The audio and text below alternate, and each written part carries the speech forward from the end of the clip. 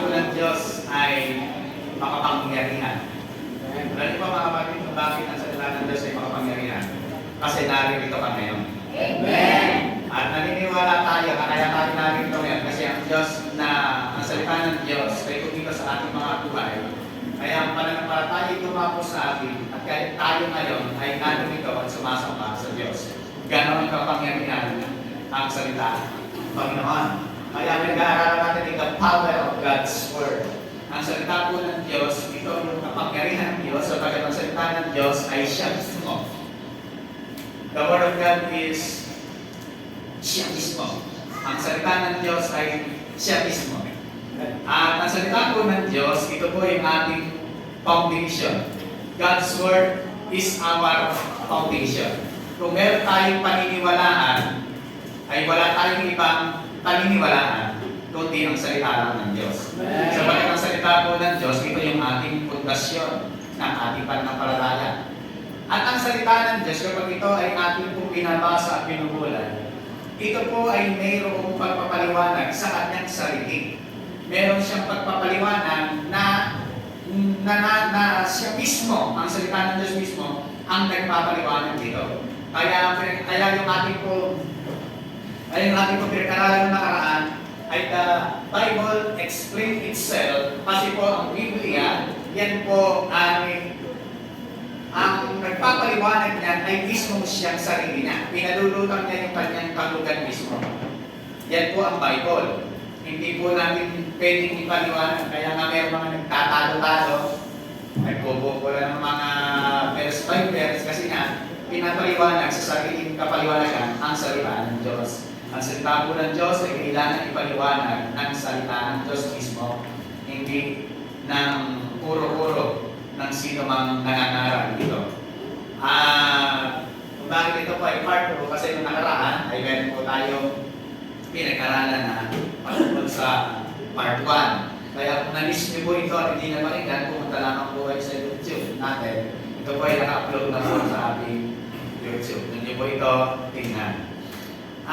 Pinag-aralan po natin nung nakaraan, pipilin ko lang po yung 4 na puntos na ating pinag-aralan. Una ay the Bible is the Word of God. Pangalawa, basahin po natin una. Una, the Bible is the Word of God. 2,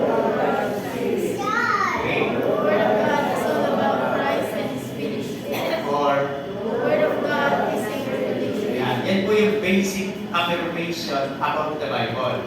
Ito pong 4 po na ito, napakahalaga po niyan.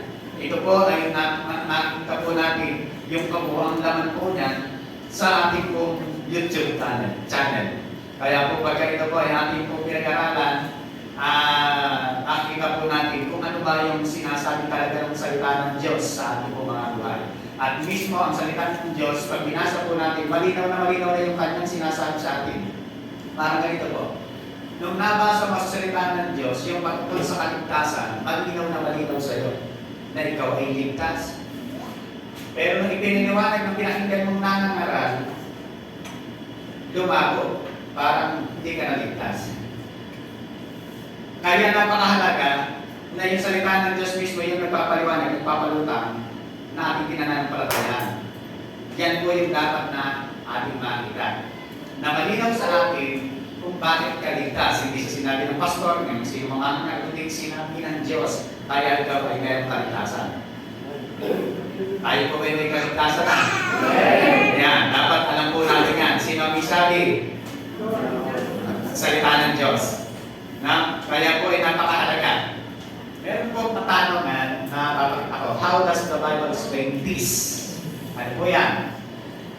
Can your name be erased from the book of life? Isa lang ang naniniwala, hindi. Yung iba tatanong, ano nga kaya? Nagkasala ako. Nag-erase.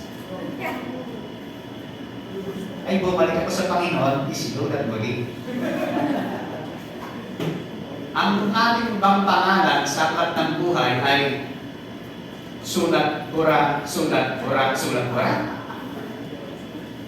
Kapag ganyan ang paniniwala mo, ang Diyos mo nagkakamali.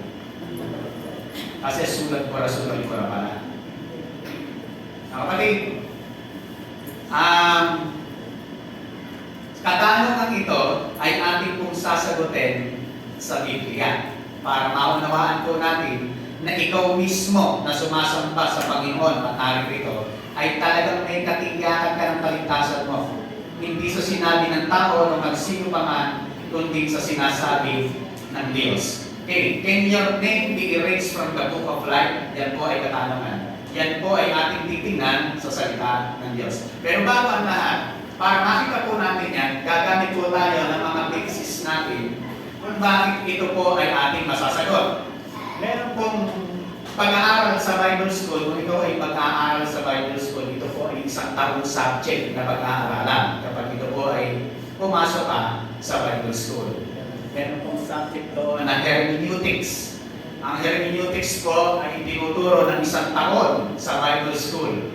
12 months na ituturo sa iyo. Pero ituturo ko lang po sa oras na ito ng 12 minutes. Nakita ko kayo. Kaya umayos ng mabuti at umupo ng tuwid at ating pong pakinggan. Merong crash course na hermeneutics. Ano po yan? What is hermeneutics? Hermeneutics is the science and art by which the meaning of the text is discovered. Ang hermeneutics po ay science and art. Kapag tayo po ay babasa ng salita ng Diyos, pinapalutang po niya yung ibig sabihin ng salita ng Diyos. Ang tawag po dyan hermeneutics. The meaning of the text is discovered. Para ma-discover mo kung ano ba ang sinasabi sa tekstong ito, kailangan ay gamitin mo ang hermeneutics. Yan po yung iyong pag-aaral. Kasi lahat ng mga sinasabi sa panahon ngayon ng mga mangangaral, Bible din naman ang sinasabi. Lahat ng mangangaral na mapakinggan mo, ang pinangangaral naman salita ng Diyos. Eh bakit nagkaka-kontra-kontra kung salita ng Diyos ang pinag-uusapan? Kaya napakahalaga na bawat text ay tinitingnan natin kung ito ba, kung alin ba ito sa konteksto na sinasabi.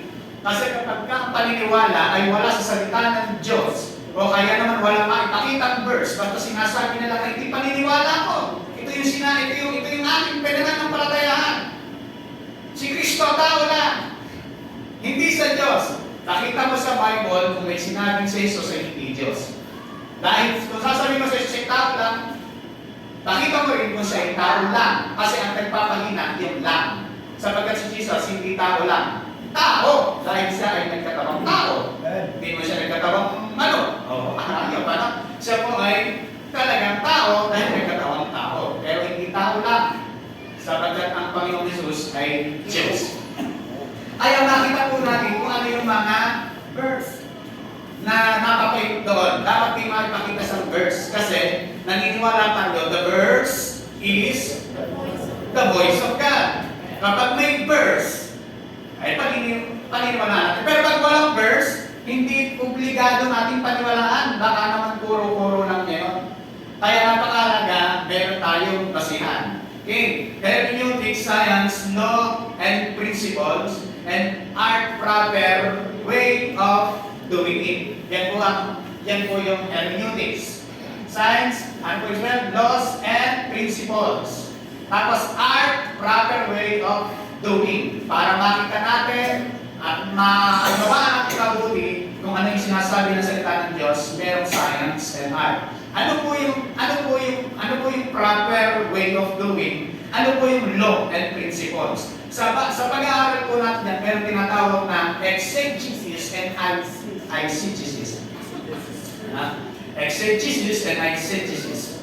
Ano po ang ibig sabihin nito? Para lalo po natin mamamahan. Ang exegesis ay ex or out. Mula sa salita ng Diyos, ay lulutang yung kahulugan. Yung eisegesis naman, from the prefix ex, into. Ano po ang ibig sabihin? Yung dalawang salita po rin, exegesis, eisegesis, yan po ay parehas na nangangaral ng salita ng Diyos. Yung isa, exegesis, from the Word of God, pinalulutang niya yung kahulugan. Yan naman po, eisegesis ay babasa ng text teksto, kukuha ng kahulugan sa Google, sa paligid, tsaka ipapasok dun sa teksto. Alin ang tama sa dalawa? Ang exegesis. Kasi kailangan mula sa Bible, lumutan kung ano yung sinasabi talaga.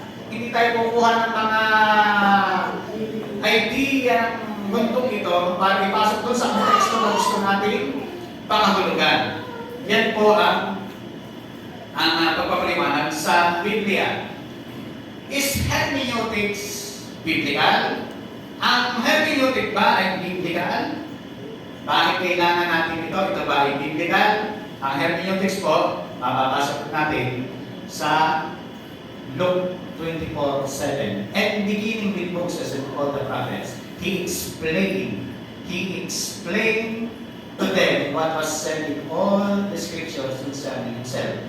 Ang explain sa Hebrew, sa Greek word ay hermeneo. Kasi ito po ay New Testament. New Testament ay naisulat po sa Greek and Aramaic. Ang Old Testament ay Hebrew.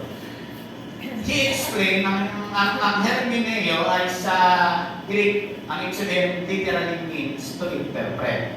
Kaya, kapag ang text ay binasa, makikita po natin kung ano yung talagang interpretasyon niya, hindi sa paligid natin tayo buwa, kung ito sa sinasabi ng salita ng Diyos. Kaya, hermeneutics, ang tanong, ito ba ay biblical? Hermeneutic is perfectly biblical. Kaya napakahalaga na tayo po ay nag-aaral ng salita ng Diyos. Kasi minsan, pagkakaaral tayo ng salita ng Diyos, yung hindi naman sa atin sinabi, ginagawa mo sa sinabi. Kaya, dyan nagiging hindi maganda ang pahulugan. Sa Bible po ay meron 3 tao. Alam naman po natin, sinabi ko nung nakaraan kung sino yung 3 tao na yun, balikan na lang po natin. Sino po yung 3 tao sa Bible? Yes. Ito mo na. Give none offense neither to the Jew, nor to the Gentile, nor to the church of God. Sino po yung 3 tao? The Jew, the Gentile, and the church of God. Kapag ikaw ay hindi Hudyo, ikaw ay hindi Gentile. Kapag ikaw naman ay hindi na nakakilala sa Diyos, ikaw ay Church of God, Kristiyano. Kapag ikaw ay Jews na nakakilala sa Panginoong Jesucristo, ang tawag sa iyo, Church of God. Yung 3 na ito ay kinakausap ng merong salita na kinakausap ang Bible sa 3 na ito. Yung 3 tao po na yan. Kaya, the scripture as a whole was written for us. As a whole, ang Bible ay sinulat para sa atin, but not all the verses are directed to us. Hindi lahat ng verse ay direktang sa iyo sinasabi o sa atin sinasabi. Hindi po, halimbawa, ang katwiran ng mga manginino. Diba? Ang sabi nga ni Apostol Pablo sa aklat ng Timothy, yung ka rin ang atak para sa iyong sakit sa tiyan. Sigura. Sino kausap? Si Timothy ang pinakausap. Huwag mong ikonklusyon na para sa ito. Magiging pa rin ang alak. Makita po natin kung ano yung talagang sinasabi salita ng Diyos. Kaya sabi niya, itong 3 taong ito, makita natin sino ba talaga yung pinapatutulan ng sinasabi ng salita ng Diyos. There is only one interpretation and many application. Isa lang ang interpretasyon at marami naman itong application. Ano yung interpretasyon? Sinasabi lang ng Diyos. Pero isa lang ang application ng lahat ng ito. Sabi po ng Bible, above all, you must understand that no prophecy of this scripture came about by the prophet's own interpretation of things. Ang mga kapahayagan sa salita ng Diyos ay hindi nanggaling sa sarili kapahayagan lang ng mga propeta. Ito ay nanggaling sa kapahayagan ng banal na Espiritu ng Diyos. Amen. Kaya pagkakanasa po natin ang salita ng Diyos, Ito po ay pahayag ng Banal na Espiritu sa buhay ng tao. Hindi lahat ay para sa iyo, pero sabi natin, the scripture as a whole was written for us, but not all the verses are directed to us. Kaya kailangan makita po natin yan. Okay, tuloy po natin. No private interpretation. Hindi pwede na mayroong private interpretation. Para sa akin, ganito ang kahulugan. Eh sa'yo para naman. Eh para sa akin naman ay ganito. Eh sa'yo ano po na kahulugan? Lumabas ang kahulugan sa limang Bible ay tatlo na. Kasi tatlo yung nagsabi kung ano kahulugan. Isa lang walang private interpretation ang salita ng Diyos. Hello. How does the Bible display this? Ito na. Sabihin natin. Can your name be erased from the book of life? Ito na po natin yung mabot sa inyo para ating tumapakunawaan kung ano po yung ating mga pag-aaralan. Can your name be erased from the book of life? Meron mga nagsasabi na nag-erase, nabubura ang ating pangalan sa aklat ng buhay. Alam na natin kung ano ang basihan ng kanilang kaligtasan kapag ganyan ang kanilang paniniwala. Kasi kailangan niya sumasamba ka sa Diyos para hindi ma-erase. Kailangan limbo ang diyang ka-presence ka sa pagsamba para hindi mabura ang iyong pangalan sa listahan ng Diyos. Malamang sa papers natin, wala ka, bura. Kasi alaga. Pero listahan ng Diyos, nabubura nga ba? Kailangan ganito muna gawin mo. Kailangan mag-text ka para hindi mabura. Kailangan magbigay ka para hindi mabura. Napakarami mga religious activities na dapat na gawin ng Kristiyano ayon sa reliyon para hindi mabura ang pangalan. Totoo po ba yun, mga kapatid? Lahat ng ginagawa natin sa Diyos, hindi para tayo ay hindi mabura. Kaya natin tayo sumasamba dahil tayo minahal ng Diyos. Tayo nagbibigay dahil tayo pinagpala ng Diyos. Dapat maunawaan po natin yung lahat ng ginagawa natin. Kasi kung gagawin natin kaya tayo sumasamba sa Panginoon para hindi ako mabura. Paligtasan mo kapatid, dahil work mo na. Glory to be na yun. Bakit ka nandito sa natin? Hindi na ba kasimpakan ako? Bakit ka? Siyempre, hindi ko pasado ko dahil sa pagsampakan. May attendance ako. Kaya lang sa akin, ako kaya natin sa langit, malaki kung magbigay ng tithes. Ipapurot pa yung mga napagkagalan mga kapatid. Kaya ito, mapakalaga natin. Can your name be erased from the book of life? Ito po ang kanilang basihan na sinatang pinagkabasihan. Ang adaw na bubura. Exodus chapter 3 verse 2. But now, sabi ni Moses, please forgive their sin. But if not, then blot me out of the book you have written. Sabi ni Moses sa Diyos, Lord, patawarin niyo may kasalanan, hindi po. Burahin mo na lang ang aking pangalan. Sa nakasulat, sa aklat ng sa nakasulat, sa aklat. Si Moses ay ginamit ng Diyos para ilabas ang mga Israel sa Egypt, papunta rin sa Promised Land. Eh, gano'n po sila karami? More or less 3 million. Isang pastor, si Moses, 3 million ang kanyang aalagaan. Eh, lahat ng daing nun, kaya sabi ng kanyang biyanan, napakahusay yung kanyang biyanan. Sabi ng biyanan niyang si Jethro, Moses, mamamatay ka dyan. Sa dami-dami na yan. Eh, ang daming mga complainant, mga araw-araw yun. Sabi ni biyanan ng kanyang biyanan, Moses, maglagay ka ng leader sa libo-libo, sa isasandaan, sa 5, sa 10. Para hindi lahat sa'yo. Tama ko yung payo ng kanyang biyanan. Tama yung biyanan. Kaya sa church, gano'n din eh. Hindi lahat kaya ng pastor.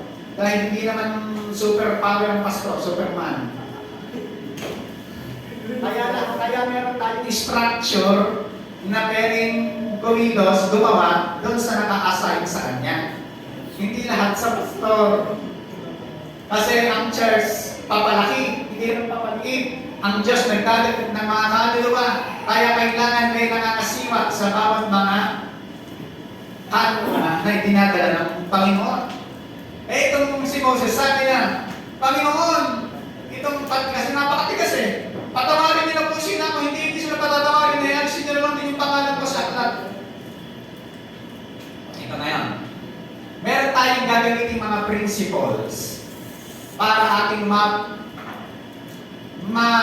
paliwanag mabuti kung ano yung sinasabi, ibig sabihin ni Moses dito. Ano yung book na sinasabi ni Moses? Ano ba yung book na yun? Ano ba yung book of life talaga? Tingnan po natin para malinaw. Merong principle, unang principle, interpret the Old Testament in the light of the New Testament. Kailangan ini-interpret natin ang Old Testament in the light of the New Testament. Bakit? Ang sabi po ng Hebreo, ang Old Testament ay anino lang. Tama. Hebreo 11. Ang Old Testament ay anino lang ng New Testament. Kaya kailangan itong anino, tanlawan. Patanlawan dapat siya. Kailangan yung sinag tumanlaw doon para lumiwanag. Kaya, yung principle na ito, interpret ang Old Testament in the light of the New Testament. Ikukulit po natin yan. Hindi pwedeng pagtalunin yung dalawang book sa Bible na yan. Old and New Testament. Hindi pwedeng pagtalunin. Kailangan i-interpret natin ang Old Testament in the light of the New Testament. Pangalawang principle, interpret the Scripture in the light of the New Covenant. Kailan po nagsimula ang New Covenant? Noong si Kristo ay mamatay sa krus ng Kalbaryo. This is the new covenant that I give to you. At sabi ng Panginoon sa kanyang mga disciple. Pangatlo, interpret the text to the correct usage of the word. Correct usage of the word. Hindi basta kukuha na. Okay. Tuloy ko na yan. Balikan natin ito. Sabi ng Moses, but now, please forgive their sin. But if not, then blot me out of the book you have written. Pag hindi mo po sila pinatawag, Panginoon, alisin nyo na rin po ako sa aklat na kung saan ito nakasulat. Ano yung aklat na tinutukoy? Yung book na tinutukoy sa Hebrew, yan po ay Sefer. Itong Sefer, ang book na yan ay a book, a tally, a list, a record of the living or census. Yan yung tinutukoy ng panahon po na yan. Totoo po ba pag nagbasa tayo ng salita ng Diyos, mayroong mga panahon nakasulat, census, inililista. Book of the living. Yung pong book na sinasabi yan, yan po ay Sefer. A book. Yan lang po yan. A list, listahan. Totoo po ba na may listahan ng mga buhay? May listahan din po ba ng mga patay?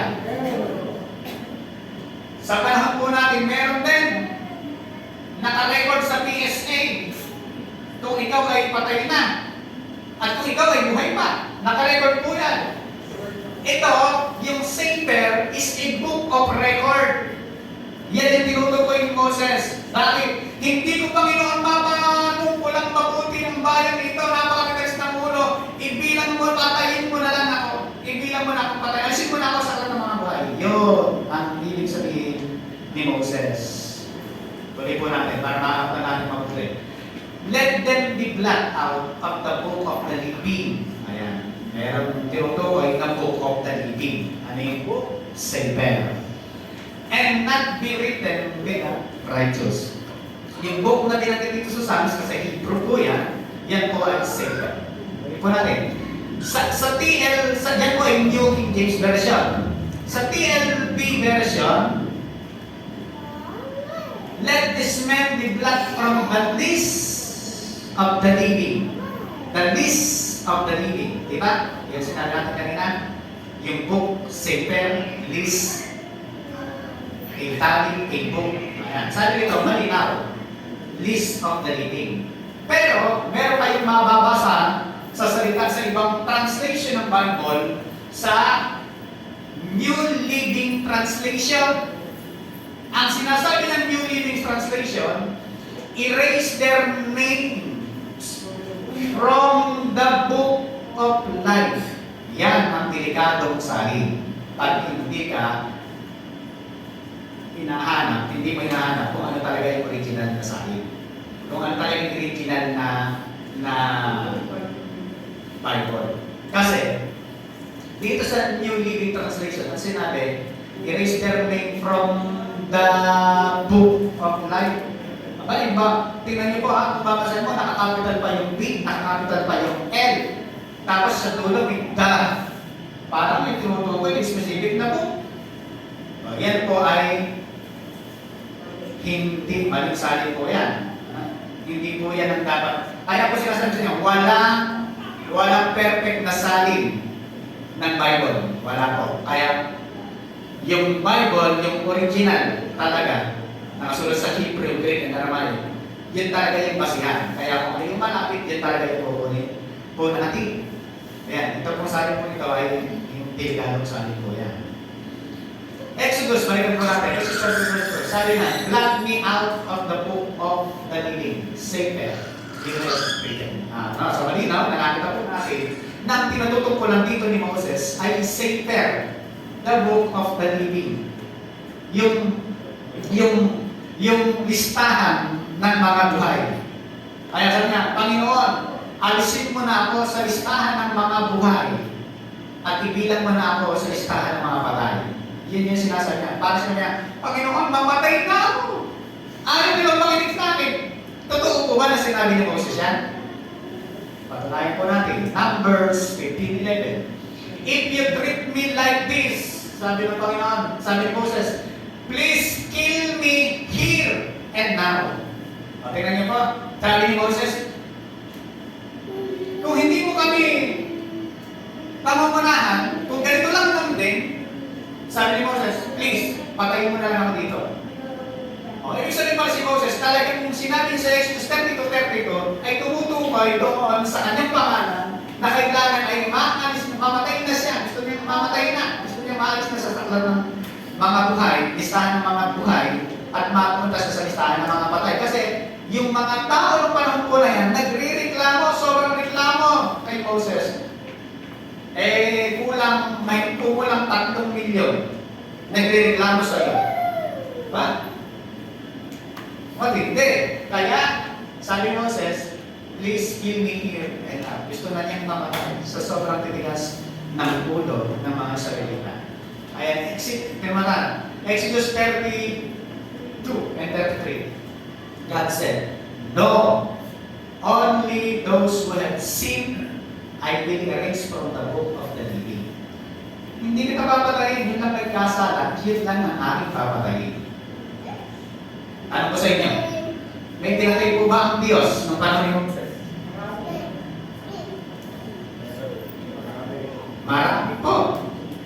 Pumalit yung iba, kinami ng lupa, tinuglaw ng ahas. Marami pong namatay ng panahon ni Moses. Bakit? Nagre-rebelde kay Moses. Nagrebelde yun kay Moses. Umuwi, pumunta ng Egypt, namatay. Kaya, sabi ng Diyos, only those who have sinned, I will erase from the book of the living. Sila lang ang tatagay ko sa listahan ng mga buhay. Yan. Lumilinaw po ba? Amen. The Lord replied to Moses, whoever has sinned against me, I will blot out of my book. Ano po yung book? Safer. Listahan. Yan yung sa NIV. Ngayon, yung sinasabi ng iba na nabubura daw ang pangalan sa ng buhay, ginamit yung kay Moses. Pangalawa, ito pa yung isang ginamit. Revelation 3:5. The one who is victorious like them, be dressed in white. I will never blot out the name of the person from the book of life. Ito yung sinasabi ng Panginoon ngayon. Na sinasabi ng iba, nabubura. Kasi yun lang magtatagumpay ang hindi buburahin. Pag ikaw ay hindi tagumpay, buburahin ka. Ito yung ginagamit nila na salita. Ang tanong, ang tanong ko, anong tanong ko dyan?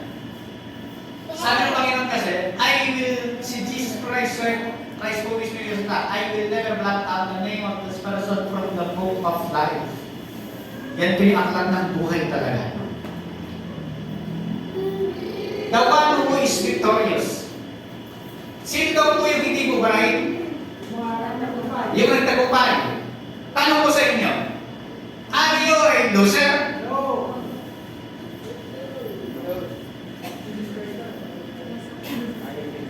Ikaw ba ay talunan? Para hindi burahin. Bakit hindi ka talunan? That's why you are so afraid that your name will be erased. Talunan ka ba? Kaya natatakot ka na yung pangalan ay mabura at hindi ka nakapunta ng langit. It is your own victory or Christ's victory? O kung kay Kristong tagumpay, mabubura ka hindi? Kung tagumpay siguro natin. Pero kung tagumpay si Kristo, hindi tayo mabubura.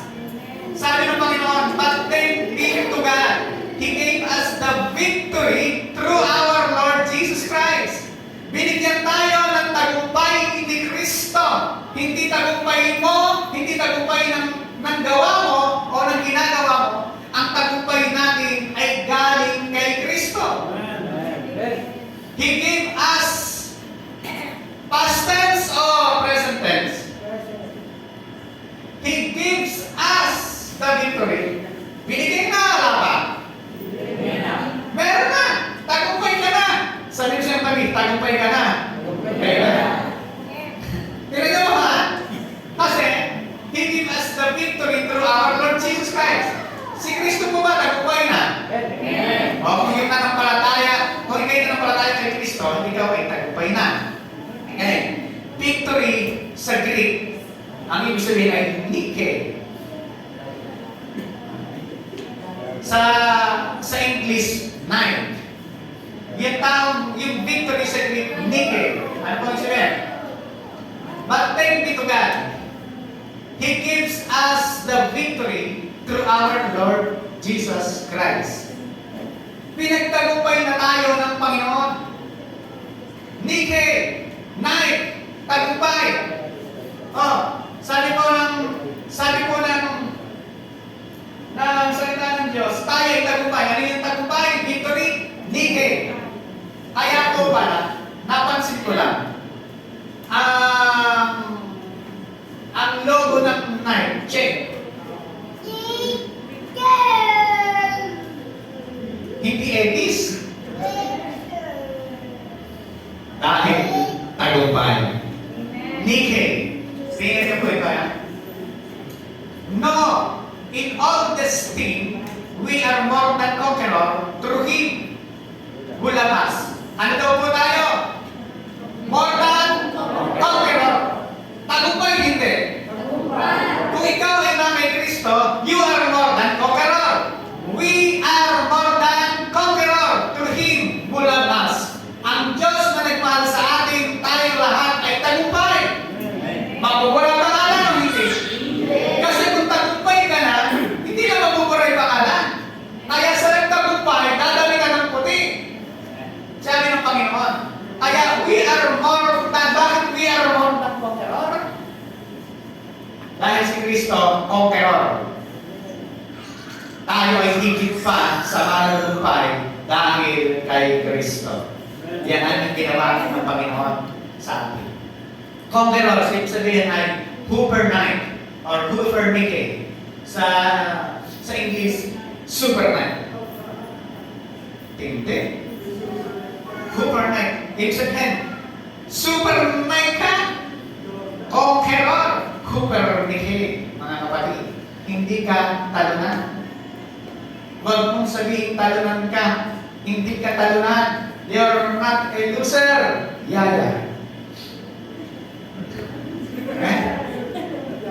Tagumpay ka. Sabi nga ng bata. Roma, tingnan niyo po ito. No, in all these things,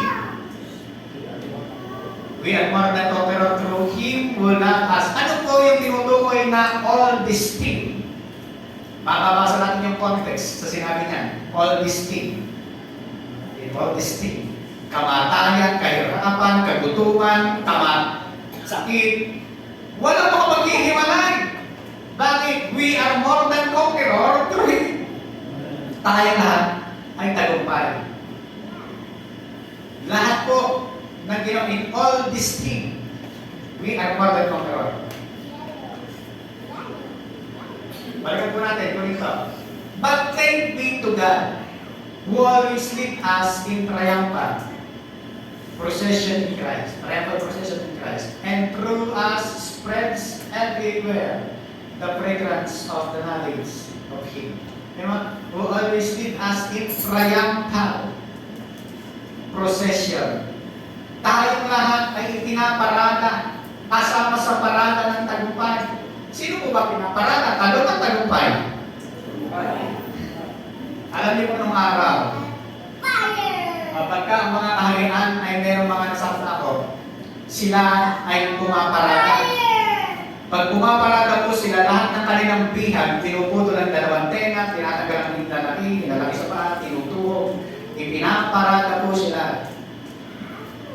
At habang pinaparada, yung mga bihag, talunan, andun sa dulo, kasamang pumaparada, nasa dulo ang mga ng talunan. Noong araw, ganon ang sistema. Ganon yung kalagayan natin sa pagpaparada. Si Kristo ay tagumpay sa atin, kaya tayo lahat ay kasama sa parada ng tagumpay. Sino yung nasa likuran natin? Yung nasa likuran natin, yun yung kasalanan, yun yung kamatayan, yun yung sakit karamdaman. Talo na yun! At tayong lahat ay managumpay dahil kay Kristo. Yan yung ginawa ng Panginoon sa atin. In Christ, I am a winner. Dahil kay Kristo, tayong lahat ay managumpay.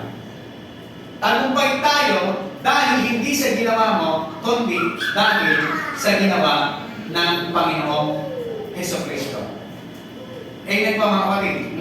Dahil kaya tayo nagtagumpay, hindi dahil sa ginawa natin, kundi dahil sa ginawa ni Kristo. In Christ, I am a winner. Sabi po, but thanks be to God, who always lead us in the triumph procession in Christ, and through us spread everywhere the fragrance of the knowledge of Him. For we are to God the pleasing aroma of Christ. Tayo po, pinipwede tayo, spreads and fragrance. Tayong lahat ay pleasing aroma of Christ. Mabago tayong samyang handog sa Diyos. Kaya tayo ay tagumpay dahil kay Kristo, dahil alipin tayo ng kasalanan, ngayon tinubos tayo kay Kristo, naging katanggap-tanggap na tayo sa Diyos, at tayo lahat ay magiging mabangong aroma na nagbibigay ng lugod sa Diyos. Dati po, amoy kasalanan tayo, mabaho, amoy kasalanan. Pero nang si Kristo ay niyakap tayo, nawala ang kasalanan, humahalimuyak na ang kabanguhan natin dahil kay Kristo at tayo ay naging katanggap-tanggap sa Diyos. Yan yung kalagayan po natin sa harapan po ng Panginoon. Nang tayo po ay yakapin ng Panginoon, humawa na yung bango ni Kristo sa ating buong katawan, sa ating buong pagkatao. Katawan, espiritu at kaluluwa mo, naging mabanghang tayo sa Diyos. Kaya hindi na ikaw yung nakikita hindi na mismo ikaw nakikita. Hindi na yung kasalanan mong nakikita. Ang nakikita na sa iyo ay si Kristo na siyang nagtubos, luminis ng ating mga pagkukulang at kasalanan. He who overcomes, siya nagtagumpay. Like them, we dress in white. Kaya yung mga tagumpay, ano rin sinusuot? Dress, puting kasuotan. I will never blot His name from the book of life. Ano pa yung pangalawa? Hindi buburahin sa aklat ng buhay. But will acknowledge His name before my Father and before His angels. I-acknowledge ang pangalan mo, susulat ka ng puti, at hindi buburahin ang pangalan mo sa aklat ng buhay. Yan yung tatlo na ginawa ng Panginoon sa iyo. Bakit? Dahil ikaw ay tagumpay, hindi ka talunan. Yan yung ginawa ng Panginoon sa iyo. He who overcomes. Kaya sabi ng Panginoon, He who overcomes. Yung nagtagumpay, sino po yung tagumpay? Yung tao na kay Kristo. Siya ang tagumpay. Naunawaan po natin mga kapatid. Kaya ang sabi niya, I will never. Ano po yung sabihin ng never? Never sa Greek ay ome. Ome. Ang ibig sabihin ng ome ay never ever. Sa Tagalog, hindi bubura. Hindi kailanman. Ang tanong, mabubura? Hindi. Grabe yung mga ibang, alam nyo, bakit tinuturo ng iba, mabubura? Para makontrol ang tao.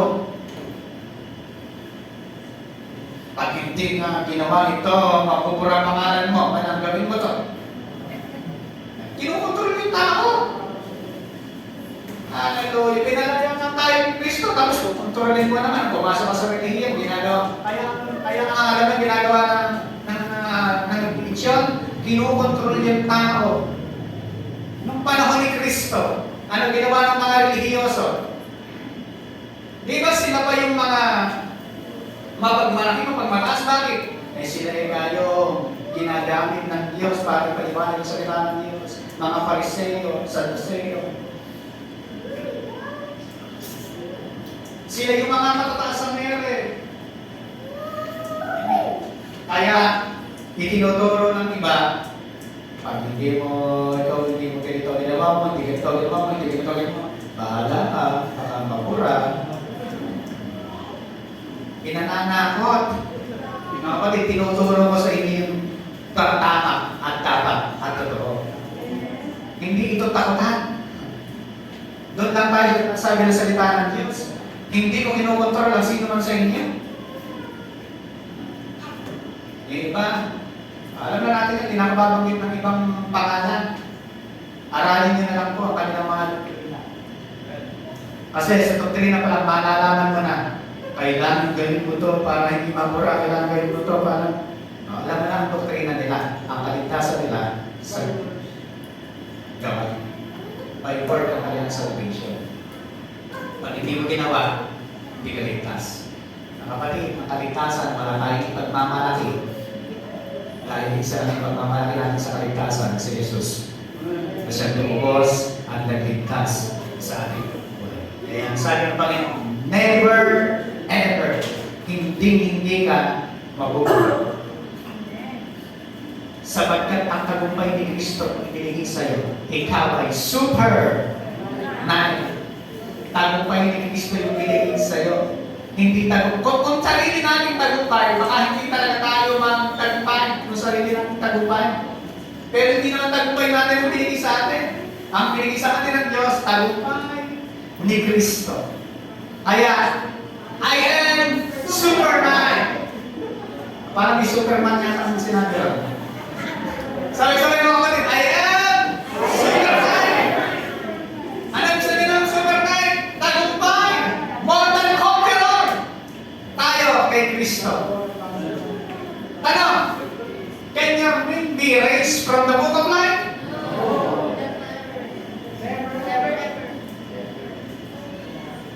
Never, ever. Hindi ka mabubura sa listahan ng Diyos. Sino nagsasabing mabubura siya? Yung nagsasabing mabubura siya, sige. Tanong ko, bago ko sabihin oo, tanong ko muna, alam mo ba kung kailan inilista? At naalala mo kung kailan nabura? Hindi mo nga alam kung kailan na-ilista, tapos alam mo kung kailan nabura. Yan ang problema. When did God written your name in the book of life? Kailan po ba inilista ng Diyos ang iyong pangalan sa aklat ng buhay? Are you ready? Next week, itutuloy po natin. Sapagkat mahaba po ang ating pag-uusapan kapag itinuloy po natin ito. Amen, mga kapatid. Next week. Natuto po ba tayo, mga kapatid? Alam natin, ini-impart ko po sa inyo, foundation po yan, na para tayong lahat, ano man yung marinig natin mga aral ngayon, kasi ang dami mga lumalabas na aral po ngayon, ha? Kailangan maging mapanulit po tayo. Only Bible ang ating pundasyon, ang ating pananampalataya.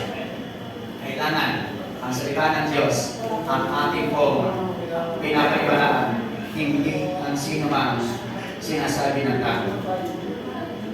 Amen po ba, mga kapatid? Okay. Kailan? Next week. Pero ano po yung ating idea? In Christ, my name is indelible in the book of life. Sabay, malakas. In Christ, my name is indelible in the book of life. Dahil kay Kristo, ang pangalan mo ay indelible, hindi mabubura sa aklat ng buhay. Tanong ko, kayo bang lahat ay na kay Kristo? Yes! Yung mga tao na na kay Kristo, hindi mabubura sa aklat ng buhay. Nasa listahan ka ng aklat ng buhay. Huwag kang papayag ng wala ron. Tingin ko, pinaglalaban, listahan lang sa ayuda eh, wala siya. Sabi ko na, eh, dito lalo. Huwag kang papayag na wala kang in Christ. Our name is indelible in the book of life. Mga kapatid, ating po patuloy na maulamaan ang malutuhan dito. Ito po ay ating pong basic foundation. Ang basic foundation po natin, una, Bible base. Kailangan tayo po ay Bible base. Lahat ng basihan po natin nakikita sa salita ng Diyos, Bible base. Yung kaligtasan natin kay Kristo. Solo si Kristus. Si Kristo lang ang kaligtasan po natin. Matatag po natin kay Kristo. And pangatlo, Holy Spirit filled. Ang pagsama ng banal na Espiritu Santo. Tayo po lahat ay tumayo.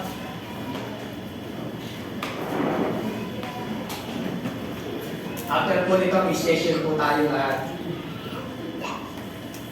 Nanay na, mga nanay, mga tatay, mga kabataan, boys and girls.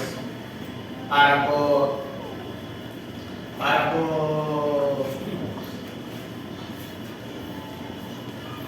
yung ating mga natutuhan ay lumawak pa sa ating mga pag-uusapan.